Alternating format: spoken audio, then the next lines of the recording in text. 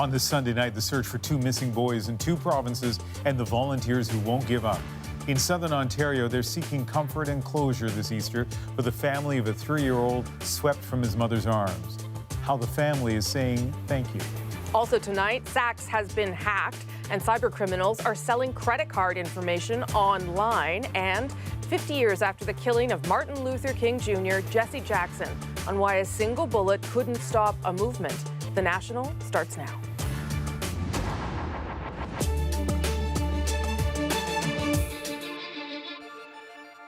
While many Canadians were spending time with family this holiday weekend, dozens volunteered their time for a grim task. They're looking for the body of Caden Young, who was pulled into a swollen river near Orangeville 6 weeks ago. Natalie Collada spoke to some of the people who spent their day searching. I got 4 grandsons. I can't imagine what the poor parents are going through. Ron Duncan is one of dozens of volunteers who just won't give up. We got to find them for the mom and dad. Every weekend, he's brought his camper van to the different search sites packed with supplies for volunteers searching for Caden Young. The 3-year-old boy was with his mother when their van was swept into the swollen Grand River. The water tore Caden from his mother's arms. Searches in the air and in the water turned up no sign of him.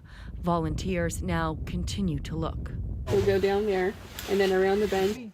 For weeks, family, friends, and even strangers have signed up to help. I am a mother myself, and I mean, I can only imagine how, the horror of this whole situation, and I want to help.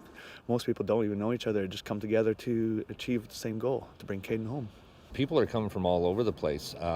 It's amazing. It's not just our community, it's basically Canada. Hundreds of volunteers have combed through nearly 20 kilometers of riverbank so far. Checking the area, clearing it, moving forward, clearing another area. Like anything, right? It gets discouraging, but you just gotta keep trudging on, try and do your best. Caden's family didn't want to go on TV today, but they did want to honor those search efforts, hosting an Easter dinner for volunteers who say more help is needed. Boots on the ground, that's what we need to bring Caden back. And until then, they say they will continue to search. Natalie Collada, CBC News, near Orangeville, Ontario. And in Montreal, the search continues for a 10-year-old boy, Ariel Jeffrey Kouakou, disappeared 3 weeks ago tomorrow. So I would like to say thank you to everybody for the effort that they're making, and thank you to the police for whatever you do to help us find my kids. Ariel was last seen in a park next to the river. Police believe he may have fallen and drowned.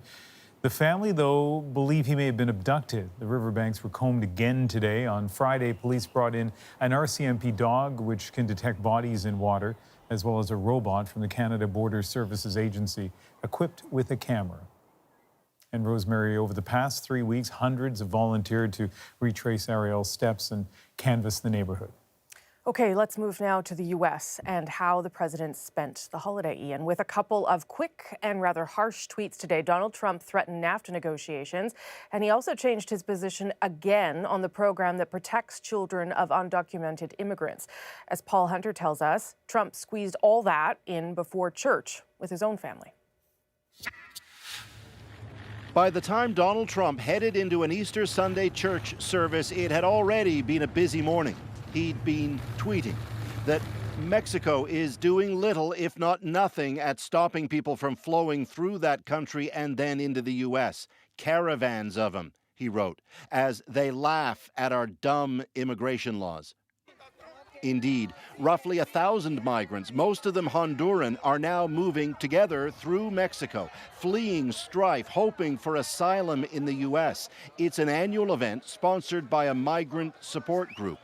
Trump tweeted, if Mexico fails to take action, he'll, quote, stop their cash cow, NAFTA, adding, no more DACA deal, referencing the controversial law that allows the children of undocumented migrants who'd come to the U.S. years ago to stay in the country. Earlier threats to kill DACA have led to widespread protests. Mexico has got to help us at the border. If they're not going to help us at the border, It's a very sad thing between two countries. And a lot of people are coming in because they want to take advantage of DACA. And we're going to have to really see. Worth noting that's not exactly true. Protections under DACA are only for those who've been in the U.S. since at least 2007. None who'd enter now would qualify.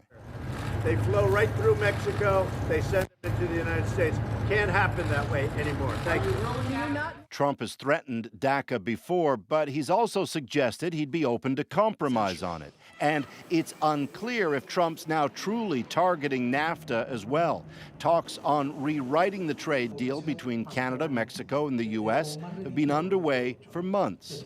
Random tweets or bona fide threats? His first tweet of the day was less contentious. Happy Easter, he wrote. Paul Hunter, CBC News, Washington. Now, some of Trump's tough talk on immigration you heard in Paul's piece there seems to be having an impact. The number of people apprehended at the U.S.-Mexico border trying to enter that country illegally has actually dropped since he took office. The total number of people arrested for trying to get across the border in 2017, just over 310,000. And that is the lowest it's been since 1971.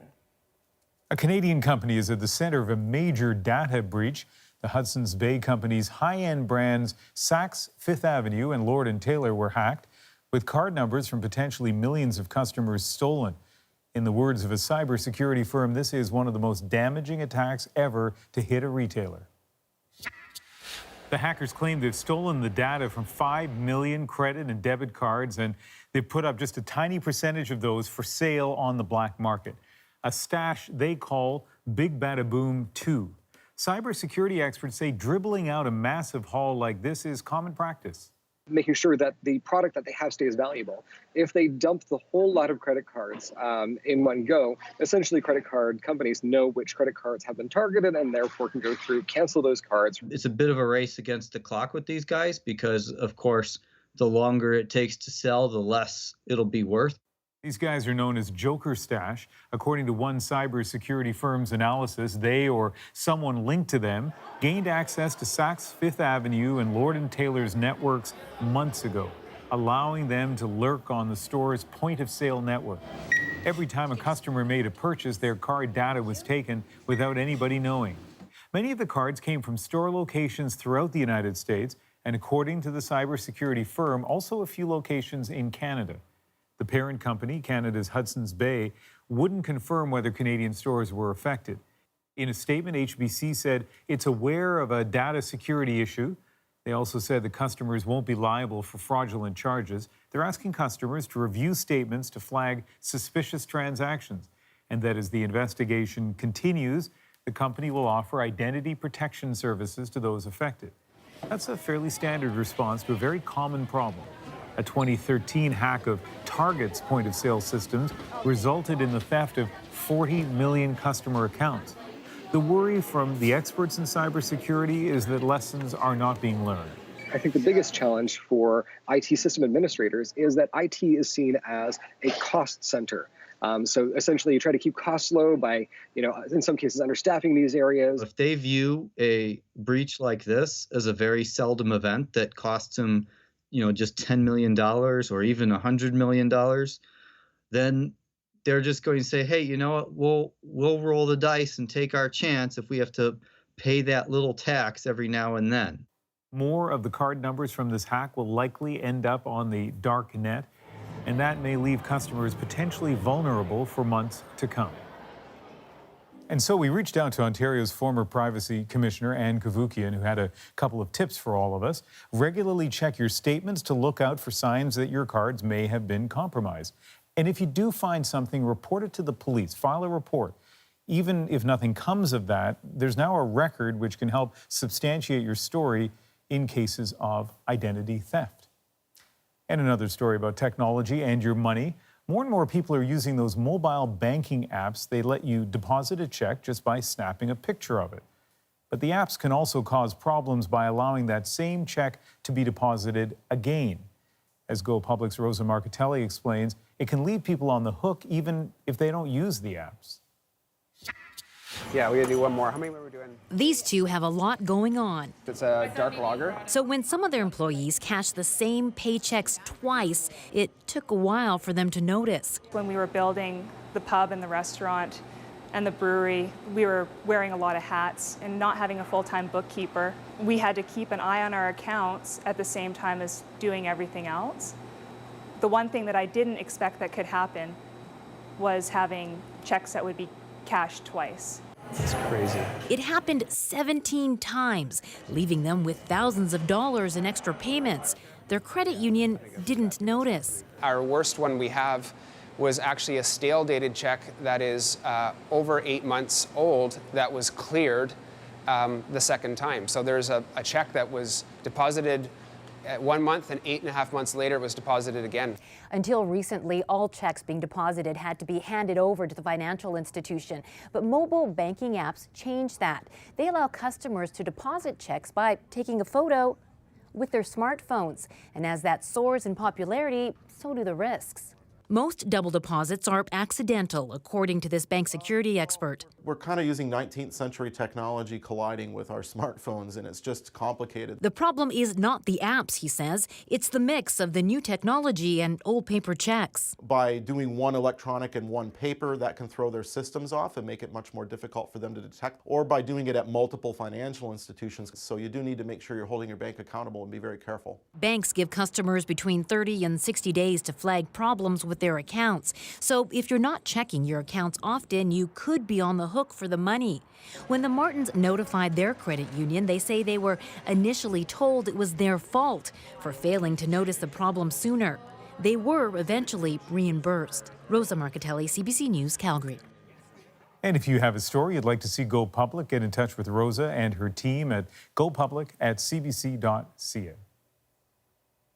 It's no April Fool's joke. Canadians woke up to several new tax and fee hikes today, and in BC, one of them makes buying a high-end vehicle a whole lot more expensive. Sales across the province have quadrupled since 1990, helping turn the Lower Mainland into Canada's luxury car capital. But could the tax increase be the end of the road for drivers with expensive taste? Here's Briar Stewart.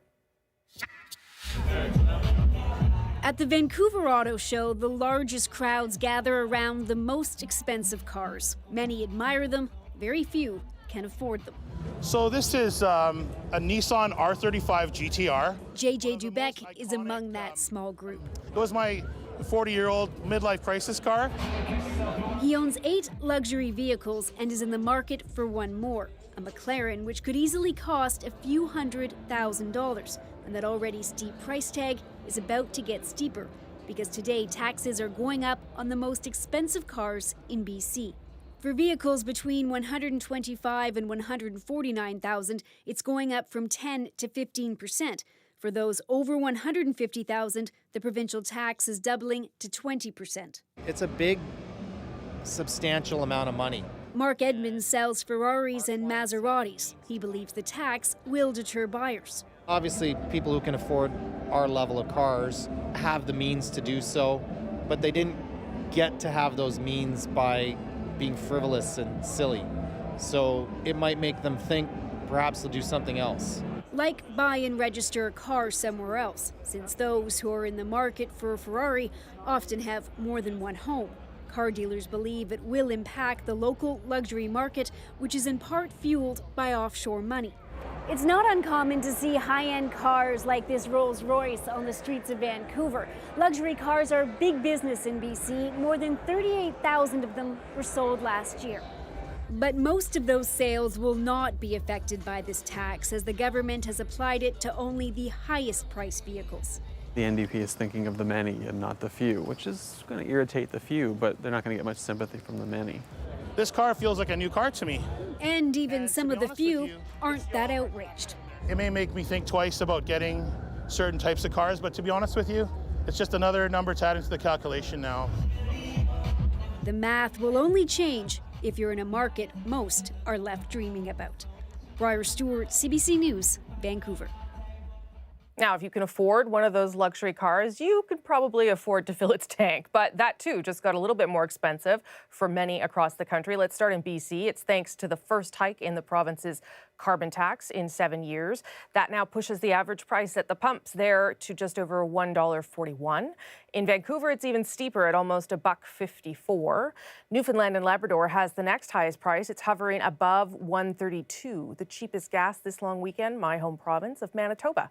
The pump price there just above $1.11. Maybe I'll move back. We have a lot more ahead tonight on The National. Parts of the British Parliament date back more than 900 years, and apparently it's showing its age as MPs prepare to move out for renovations. We'll show you why it's in desperate need of repair. But first, the mind reading technology being pioneered right here in Canada. So what could it be used for? And he was there on the balcony the day Dr. Martin Luther King Jr. was shot. I'll talk to Jesse Jackson about the memories that still haunt him. It was an awfully tragic moment. Every time I'm near Memphis, the scab comes off and the sore is still raw.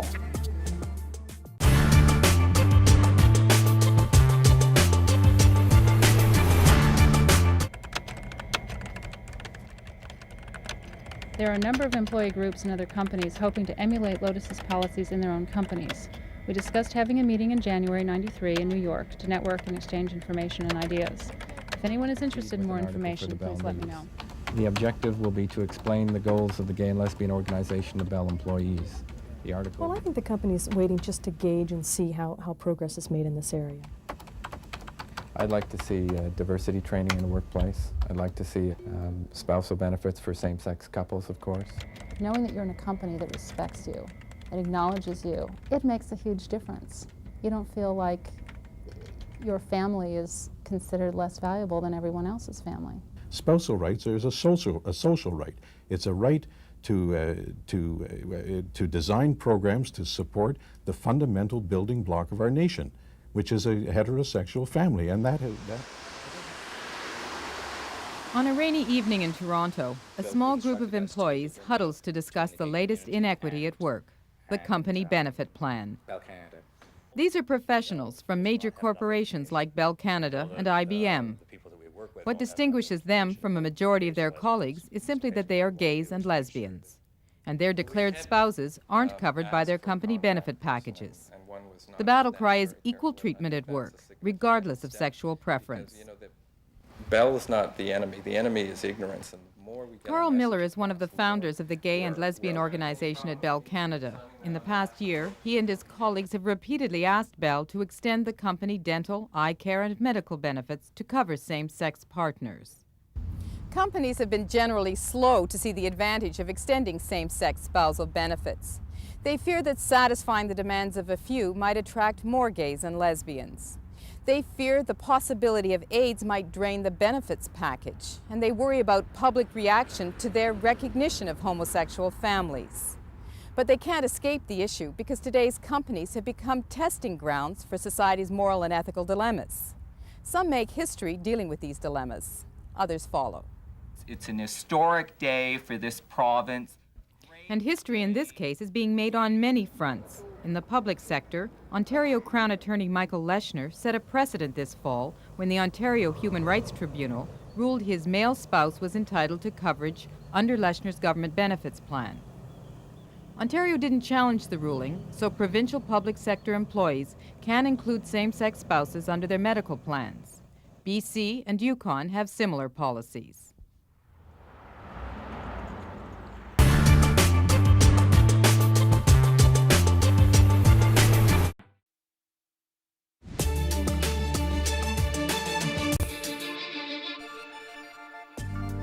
On The National tonight, we're tracking an old Chinese space lab that has fallen from orbit. It re-entered the Earth's atmosphere this evening and mostly burned up over the South Pacific. Whatever fragments were left appear to not have caused any damage on the ground. Some Easter churchgoers in Halifax this morning greeted by a shock. 2 parishes hit overnight by offensive graffiti. Both were Catholic churches. They're about 7 kilometers apart.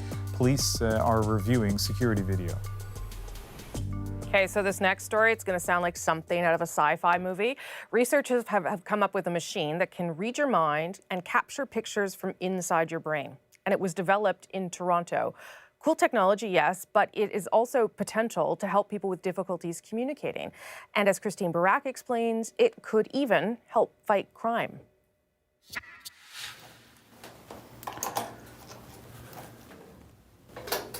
Okay, Tyler, can you please hold it for me? Our brains are continuously collecting information. So in this experiment, we'll present you faces. Faces are pretty standard. Within fractions of a second, we register skin tone, gender, the shape of a person's eyes, nose, and more. Your brain transmits that information as electrical signals.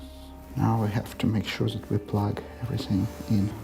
Researchers here at the University of Toronto have discovered you no longer need an expensive MRI scanner to access them. Now we'll connect. Instead, they used a cheap, accessible EEG machine to build a portable translator of sorts that's able to convert brain activity into pictures. I was pretty surprised myself when we found that it is possible to reconstruct faces, and it took me some time. I don't believe, actually, that it is possible, but the fact is, yes, it is possible to do so. Wired up to an EEG, participants like Tyler here looked at a collection of faces for 2 hours.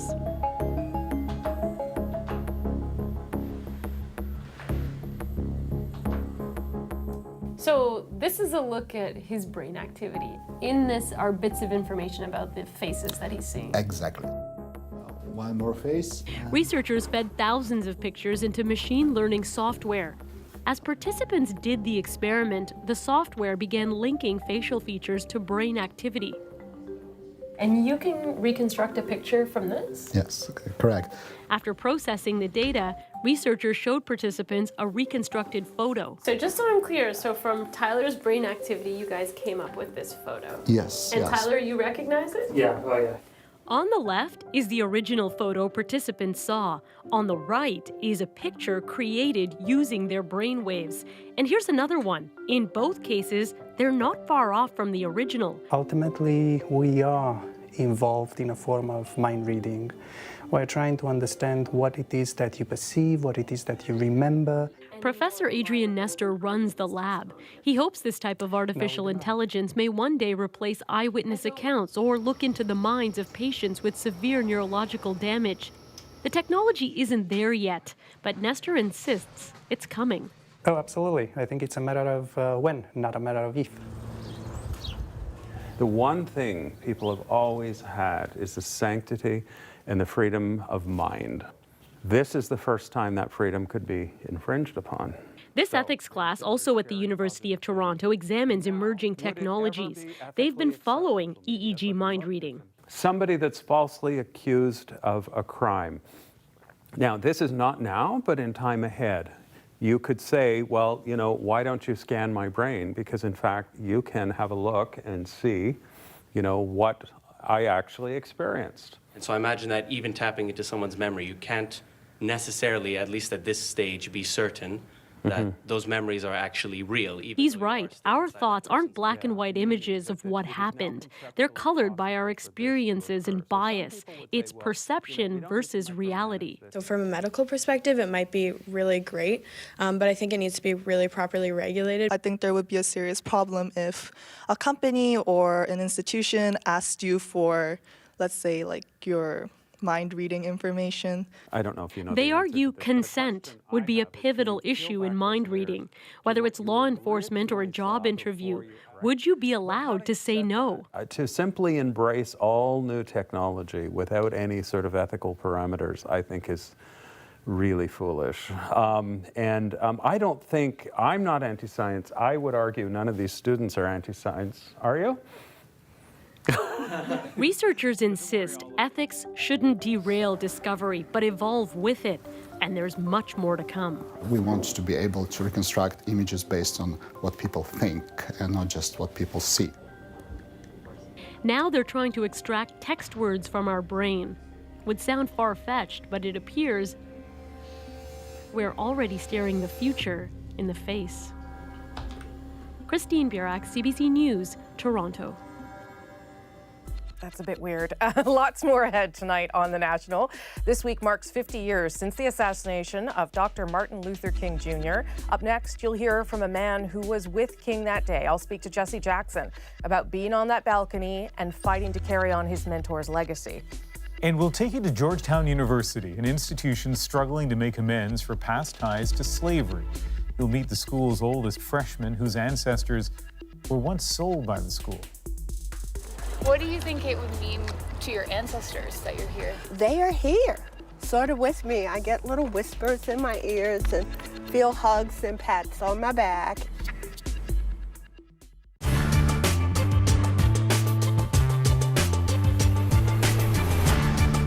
Well, Peter, this was day 24 of Chief Theresa Spence's hunger strike here on Victoria Island. And for a few moments, there was a sense of optimism that maybe a solution was near. But as fast as it came, that hope vanished. That snow ending in the afternoon tomorrow, then a chance of flurries. Right now it's minus 24. Feels like minus 28 with the wind. Cold in just about every way. It is ritual that passes the time on Victoria Island these weeks of Chief Theresa Spence's hunger strike. There is both the wood and the resolve, it seems, to keep up the battle.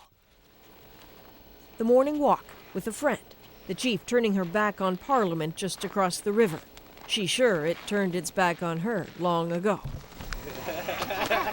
A few flashes of energy for supporters around her, and curiously, a brief dash for the door and a hotel. She's sworn off solid foods, but she's far from allowing herself to be trapped on the island. Just gonna go have a shower and a little lie down? A shower and spend time with a few minutes with my girls. That is the last Chief Spence was willing to say publicly today. In her absence, the crowds poured in. More well-wishers, more of the familiar supporters, bringing more supplies and more good thoughts. She returned in time to thank them and then retreat back to her tent for more meetings. All support is appreciated here, but what is clearly craved is someone or something that carries a promise of change. For a few hours, change seemed possible. Word of urgent invitations sent from the Assembly of First Nations to the Prime Minister and the Governor-General to meet with First Nations leaders on January 24th, the one-year anniversary of the last summit. If the Prime Minister said yes, would that be enough for Chief Spence to stop her protest? Chief Sean Atleo rushed to a meeting with her, and the crowds thickened. The idea of stopping sounding good to supporters who've become worried. Fasting, political fasting, is not good. If the crowds had hope for the meeting, many in the know said they did not. For more than an hour and a half, not a word. Then Chief Atleo, leaving in a hurry, saying little. You'll have to excuse me here. We're going to have to jump in. Chief Spence's representatives far from appearing thrilled. The letter that was sent from the AFN today, inviting the Prime Minister to a meeting with the chiefs, is that sufficient for Chief Spence if he says yes to that? That is not sufficient. That is 3 weeks away. But what she's saying is, we want to meet. There's an urgency to this. Lives are on the line. So let's meet in the very near future. So this goes on. It is effectively back to day one, with all here just waiting for an answer of some kind from the Prime Minister. You do get the impression, though, that behind the scenes, Chief Sean Atleo is pushing hard for a compromise. It's just not working yet. Peter?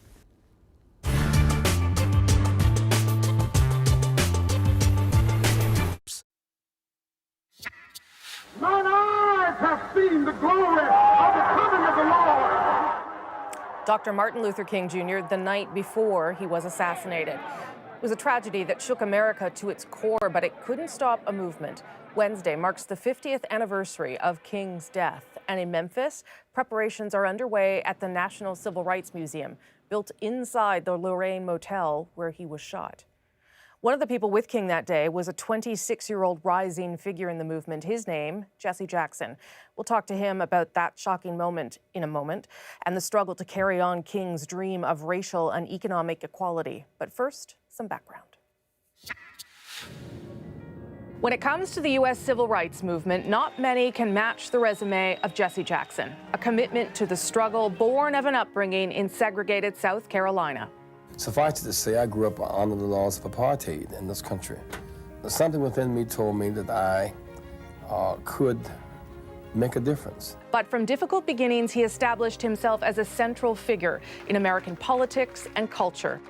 From 2 unsuccessful runs to be the Democratic presidential nominee. Choose. Let's do with each other what we cannot do by ourselves. Choose. To the television sets of the country's youngest. I am somebody. But the roots of his activism and the making of his reputation happened alongside Dr. Martin Luther King Jr. at some of the movement's iconic moments, including the 1965 marches on Selma, where the American conscience was stirred, and on that fateful April day in 1968, standing on that balcony and bearing witness as an assassin's bullet struck King down. In some ways, Jackson himself helped bridge the gap between that era and the one ushered in 40 years later with the election of the country's first black president. Few are better placed to speak about the legacy of Dr. Martin Luther King Jr. He spoke to us earlier from Chicago. Reverend Jackson, good to see you. Very well. Hello, Canada. Reverend, this Wednesday will mark the 50th anniversary of the assassination of Martin Luther King. You had a special relationship with him. Of course, you were there on that day. Maybe you could just start by giving us your favorite personal memory of him as a friend, as an icon, and as a mentor. The day of his death, the day before, the April 3rd, really, we talked about his family background and how they had come up through the rough side of the mountain, so to speak. Asked me to go to the church, and I didn't feel like going, really. He came, and that's how he gave the mountaintop speech. He said that, as he talked about things people could do, he said, I'm not fearing any man. I've seen the glory and the coming of the Lord. I've been at the mountaintop. We've got some difficult days ahead, but it really doesn't matter with me now because I've been to the mountaintop. We thought the reference was clearly to the airplane threat the day before. We didn't think it was any kind of premonition. It was we heard those words before, really. And then the next day, of course, it was an awfully tragic moment. Every time I'm near Memphis, the scab comes off and the sore is still raw. Reverend Abernathy came out and said, "Get back, my friend Martin, you can't leave us now." And we stood there transfixed, really. There's a picture of Andy and I with our hands out pointed toward the hill the bullet came from, saying the police were coming up with drawn guns. The bullet came from that way. So I got up and wiped off my shirt and went and called Mrs. King. And she said, "I'm in the bed reading." I said, "Doc had been shot, I think, in the shoulder." I couldn't say what I really had seen. She said, "I'll be there as quickly as I can get there." And of course, in a few moments, they pronounced him dead. It was a tragic moment. So much of the activism that we see today is from that legacy, from the civil rights movement, from the assassination, from you. What lessons do you think activists, and particularly black activists, have learned? He bequeathed to us the right to vote, which we didn't have at that time. Blacks couldn't vote for 85 years. White women couldn't serve on juries. 18-year-olds couldn't vote. You couldn't vote on college campus. You couldn't vote bilingually. That became a new force in American politics. And from the balcony in Memphis at Lorraine Hotel, balcony at the White House where Barack Obama stood 40 years later, 40 years in the wilderness, we never stopped working. We never stopped raising votes. We never stopped building coalitions, and we won. We did not give up. We kept fighting poverty, and we're fighting war on poverty today, and fighting the end so much violence. Today, the poverty base is expanding, war is expanding, and the gap between the rich and the poor has gotten wider, but he's left us a legacy to fight back, and we're still fighting.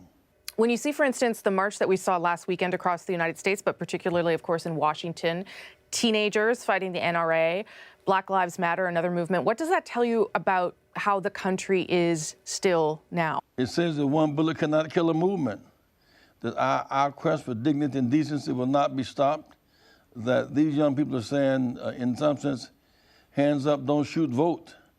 18-year-olds now have the right to vote. There are 4 million high school seniors can register and vote.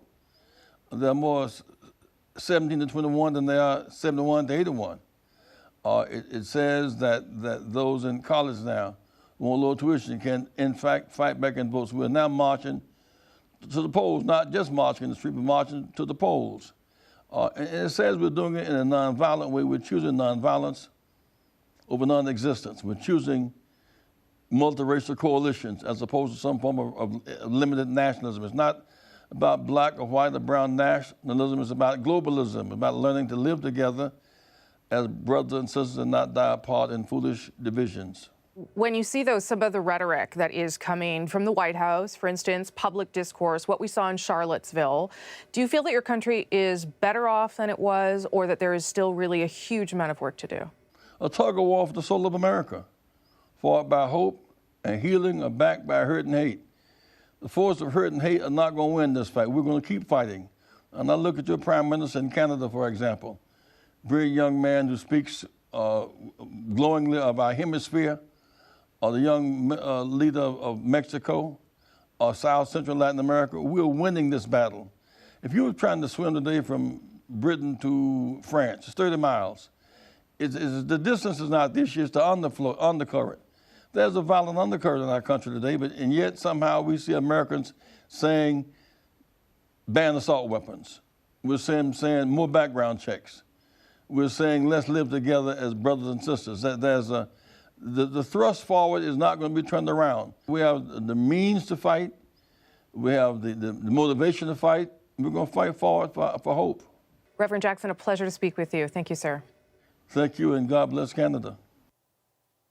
50 years after King's death, many African Americans still feel the effects of exclusion. But this next story is about a descendant of slaves who's coming to terms with her own place in history in a rather unusual way. Our Ellen Morrow met up with her. This is the tiny condo. Come on in. A university dorm room is not where Melisande Short Colombe thought she'd be living at 63 years old. How did you get used to the dorm room space? Well, at first it was very difficult. But coming to Georgetown was about life coming full circle. The elite university might not even exist today if it weren't for a group of slaves that included Short Colombe's ancestors. That is what drove the retired chef to make an unusual choice, leave her life and family in New Orleans to become Georgetown's oldest freshman. What do you think it would mean to your ancestors that you're here? They are here, sort of with me. I get little whispers in my ears and feel hugs and pats on my back and support. And this is certainly my way of paying homage to my family and their sacrifice and all of the 272 people. The Georgetown 272, their names listed here.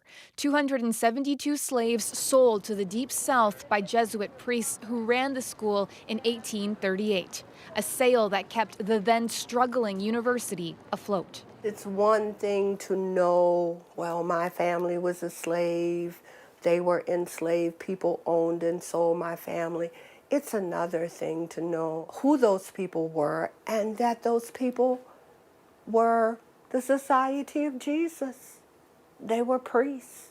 We have greatly sinned. Now, nearly 200 years later, the Jesuits and Georgetown are trying to atone. Slavery remains the original evil of our republic, an evil that our university was complicit in. The university has formally apologized and renamed a building on campus after Isaac Hawkins, the first name on the 1838 Bill of Sale. Abraham Mahoney right here, he's your grandfather? He was my 3 times great-grandfather. It's also giving preferential admission status to descendants like Short Colombe, who, fittingly, is studying history. We owe something to the people who were sold, whose bodies were the capital that allowed the university to survive and ultimately thrive. But not every descendant, and there are thousands, will want or be able to come to Georgetown. And there's a debate about what more the university should do to right the wrongs of history. I think we, as a nation, as a people, as a society, as a world, we have a lot of work to do to make it better. Short Colombe says that's what she's trying to do, and that uprooting her life was worth it to honor her ancestors, though it's not always easy running with a younger crowd. And the kids move so fast, and I was like, oh my God, how can I keep up? But I am. Second semester. Second semester, yeah. Only 6 more to go. And that means more time to get closer to her family's past as Georgetown tries to reconcile with its own. Ellen Morrow, CBC News, Washington. Up next on The National, the Palace of Westminster has seen better days. We'll take you underground for a look at why it's in desperate need of repair. But first, as we go to break, Christians around the world have been marking Easter Sunday. This is a past event about 2,000 years ago, but it's a present experience because each Christian really in different ways experiences the presence of the risen Lord. At one of Toronto's oldest cathedrals, that meant a full house for the noon mass, a scene played out in thousands of churches across Canada. Dall'amata e martoriata Siria. At the Vatican, Pope Francis used his Easter address to call for global peace, especially in Syria and the Middle East. He also asked his followers to end injustice in the world. And in the UK, the Queen and members of the royal family attended services at St. George's Chapel.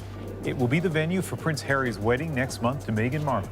They weren't there today, neither was Prince Philip, but William and his wife Kate, whose third child is due soon, made an appearance. Go deeper on the stories of the day earlier in the day. Subscribe to our newsletter at cbcnews.ca/The National. The National today will take you inside our journalism every afternoon.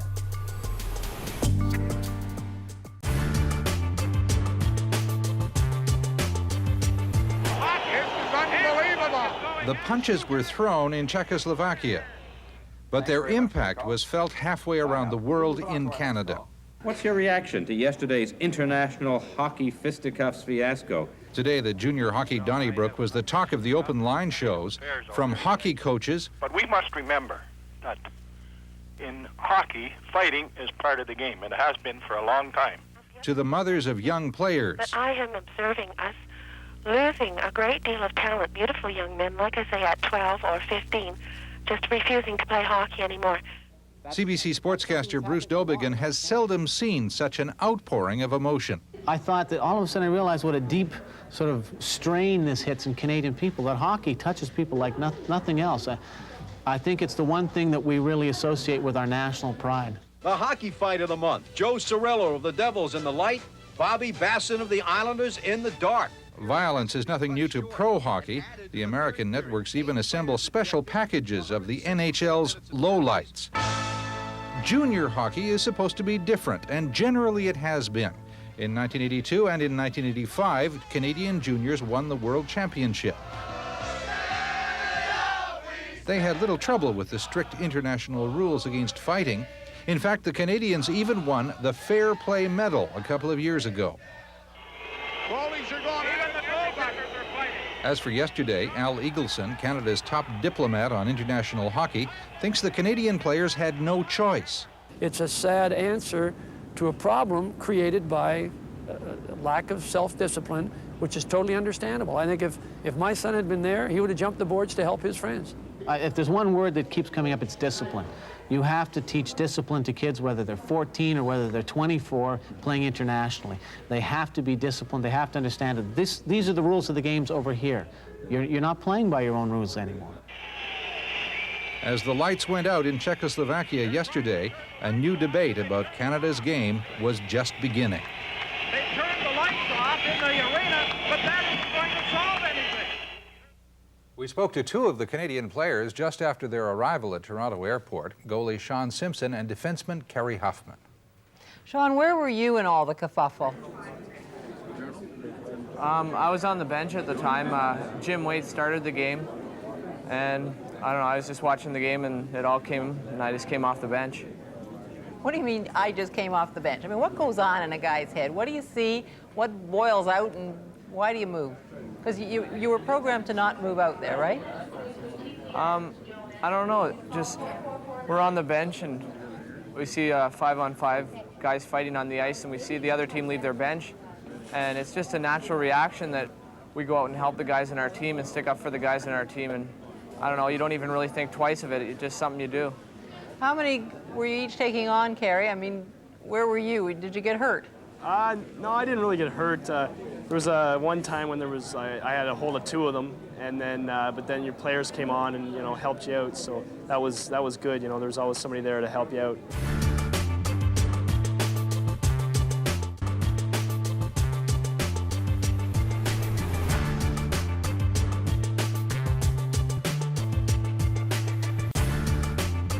Chapter is falling apart. Parts of that historic building date back over 900 years. So for the first time since the Second World War, British MPs will soon be moving out to allow for some much-needed repairs. And our Thomas Dagla got some rare behind-the-scenes access ahead of the multi-billion-dollar reconstruction.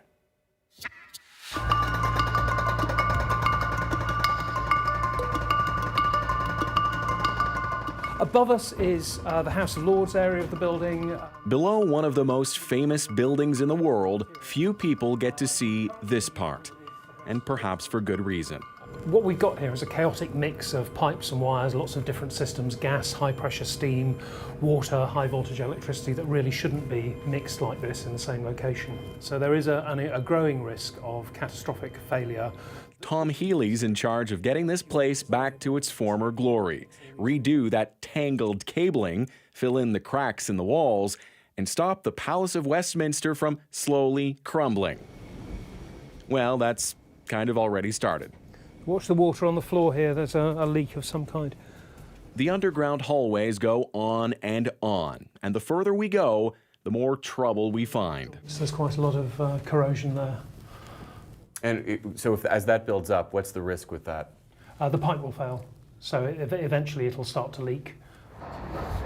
Ever since Parliament was bombed and partially rebuilt after the Second World War, there's been a patchwork of temporary repairs done. And now, say MPs, the World Heritage Site feels like a building site. There's drilling, there's noise, and also the other stuff you notice are things like mice, and some people say rats, even in places where we're eating. In order to build on it. Then there's the fire risk. Henrik Schonefeld studies the Victorian-era ventilation system installed after the last big fire destroyed the place in 1834. With the building aging and the mechanical plant becoming more and more unreliable, that risk will increase significantly. Hence the need for a long-term fix. Parliament's plan is to leave its well-known home for major renovations in about 7 years. MPs will likely move to this nearby building temporarily. The project's price, nearly $10 billion. If we try to stay in there, I can just imagine what will happen. Day one, people go, I can't hear myself think. And we'll have to say, no, you can only work at night, which will quadruple the costs and make it take far, far longer. So we're on the roof now above the chamber of the House of Commons, and you can see a lot of scaffolding and hoardings. Back on our tour, we get a better look at the cast iron roofs that need to be replaced, and that familiar sight, the tower home to Big Ben, nowadays not looking like the picture on a postcard. The work on Elizabeth Tower, as it's known, was so urgently needed that they had to shut down the huge bell inside until 2021.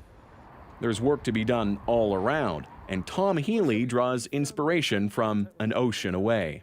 Our Canadian colleagues have taken a rather different approach, but they've been very successful so far, and we're very keen to look at what they've done and learn from them.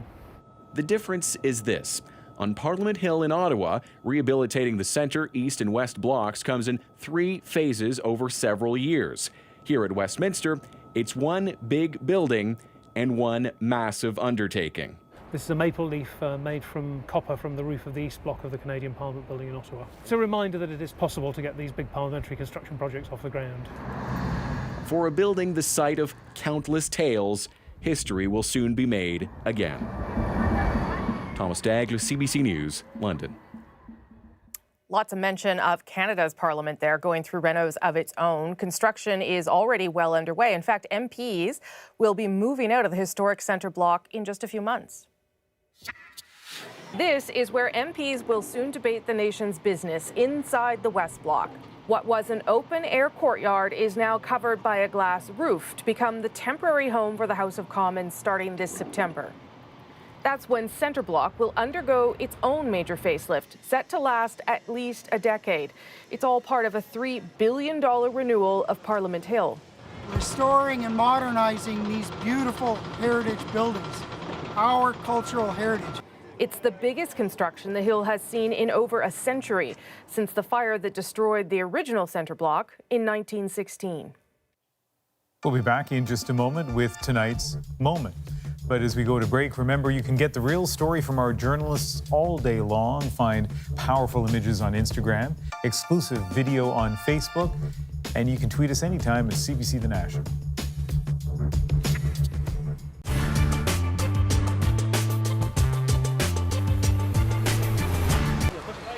The beautiful game's beautiful Beckham just made a beautiful move. A decision to head way west, to leave behind his beloved English home and Spanish soccer team and play for Los Angeles. Expecting shock and horror? Not a chance. That's probably very good for Spain. I think the national IQ average will go up. Yeah, I think it's a great idea. Posh wants to go, so he's going. Beckham decides that he will. People can be cruel and forgetful. David Beckham has been a much revered soccer star and an adored marketing darling. That face and his glam wife Victoria, once the Spice Girl Posh, make the Beckham package irresistible.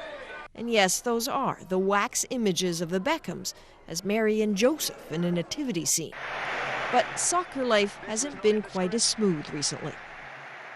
The experts here, and quite frankly, there are a lot of people in this country who claim to be experts, say that Beckham, the player, was slipping in his skills on the pitch and needed to do something. Beckham's leaving, going to LA. What do you think? Washed up. That's it. It's all over, I think. Still, to wear the LA Galaxy jersey, he'll reportedly be paid nearly $300 million over 5 years. David Beckham will probably actually earn in a region of 50 times more than most of his teammates, if not more.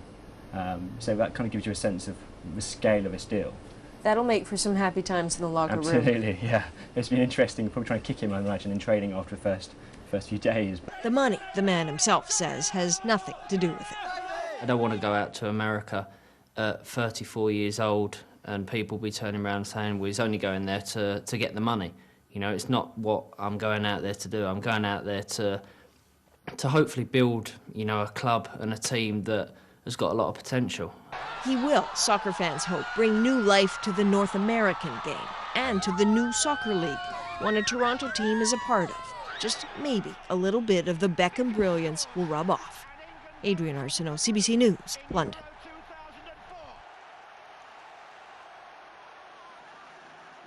That's one of the best things about being me, really, to have the following of so many kids around the world. You know, when I've seen it in Europe, I've seen it in Asia and different parts of the world, but then to come to the States and to see the reaction that I've had so far from not just obviously the older people and, you know, the press that I've had, but from the younger people as well, and especially, you know, the girls and the boys that are playing soccer at such a young age. So it's an honour for me. I feel honoured. It's definitely about the sport. It's definitely about the soccer. Obviously, it's also about me being an ambassador.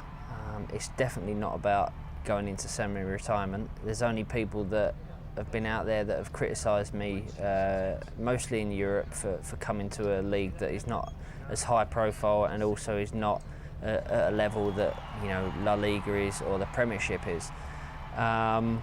So no, it's definitely not about semi-retirement. It's about growing a league and being part of something which potentially could be huge, and I want to be part of that. On the season finale of Dragon's Den, it's the last chance to make a deal. I need your expertise. But do the Dragons agree? I disagree with all of them. Yeah, you got it. Dragon's Den, Thursday at 8 on CBC, presented by Canada Post.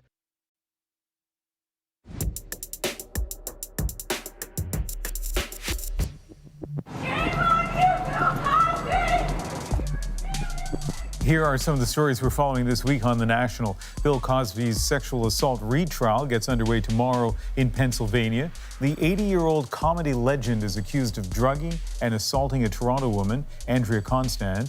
His first trial last year ended with a deadlocked jury. This time the judge has agreed to let 5 other accusers testify against him, giving prosecutors a chance to portray the embattled entertainer as a serial predator. Cosby has again pleaded not guilty. On Friday, the former South Korean President Park Geun-hye will learn her fate. She's accused of taking bribes from business leaders as well as abuse of power and coercion. The verdict will come a year after Park was impeached amid an influence peddling scandal. Prosecutors are demanding a 30-year sentence and a fine of $140 million. She has pleaded not guilty. The Commonwealth Games begins April 4th. That's right, the Commonwealth Games getting underway this week on Australia's Gold Coast. Canada is sending 283 athletes down under, competing against athletes from 70 Commonwealth countries and territories. The goal this year is to win more than 100 medals and finish as one of the top 3 countries. You can watch the opening ceremony live here on CBC. Also ahead this week, we'll introduce you to the next Canadian to go into space, David Saint-Jacques. I got a look at the intense training that he's undergoing as he prepares for his mission on the International Space Station. We got to see Mission Control in action as well. Here's a preview. These are the people that send me to space. Let's go. The challenge for training astronauts is how to replicate on Earth the out-of-world experience of being in space. Everyone, helmets on and line. It means going underwater and entering virtual reality. For David Saint-Jacques, that means mastering control of the Canadarm at the Johnson Space Center in Houston. Amid the mental and physical pressures of getting ready for launch day, he says he keeps in mind the advice of Canadian astronauts who have come before him. You can do this. Did you ever have any doubts? Well, initially it's tough. So show up, study, and it will get better. And one day, lo and behold, you can do it. So kind of the quiet self-confidence, but the studious attitude, the humble attitude, that was always a good piece of advice. It's not just the astronauts here who are dedicated and studious. This is mission control for the International Space Station. And on this afternoon, we saw streaming video of the crew.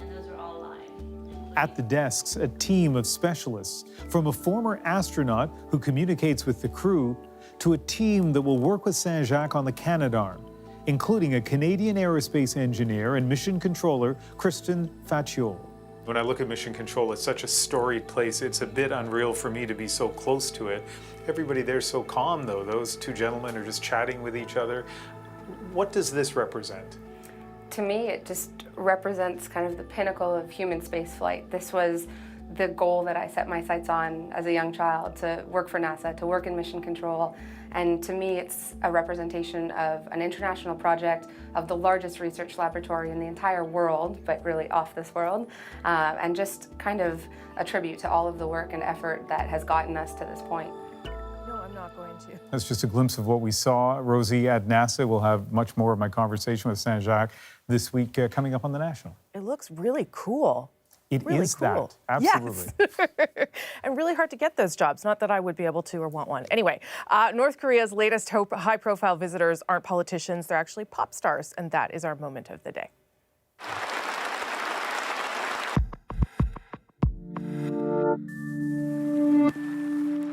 Kim Jong-un, along with his wife, took in K-pop stars from South Korea performing in Pyongyang. It's the first time in more than a decade that South Korean musicians went up to perform in the North. More than 150 musicians are in the North Korean capital. And after the 2-hour concert, Kim reportedly met with some K-pop stars backstage. So, Rosemary, I know for you, like I lived through this. This is a history question for you, but do you remember the first Western pop artist to play behind the Iron Curtain in Moscow? No, I don't. No, and as I said, there's no reason for you to. Elton John. No, but you're very good with trivia, so you would know. Off you go. Elton John in 1979, and when he got there, he did a concert, and he noticed the people in the front few rows weren't saying anything. Turns out they were communist officials. Some of them even put their fingers in their ears, but he eventually, legend has it, won over the crowd. You know why I don't remember? Because I was 3. I know. And you know what Andrew Chang is doing? He's looking at his TV kind of going, oh, come on. Can you guys talk about things while I was still alive? That is The National for April 1st. Good night. Good night.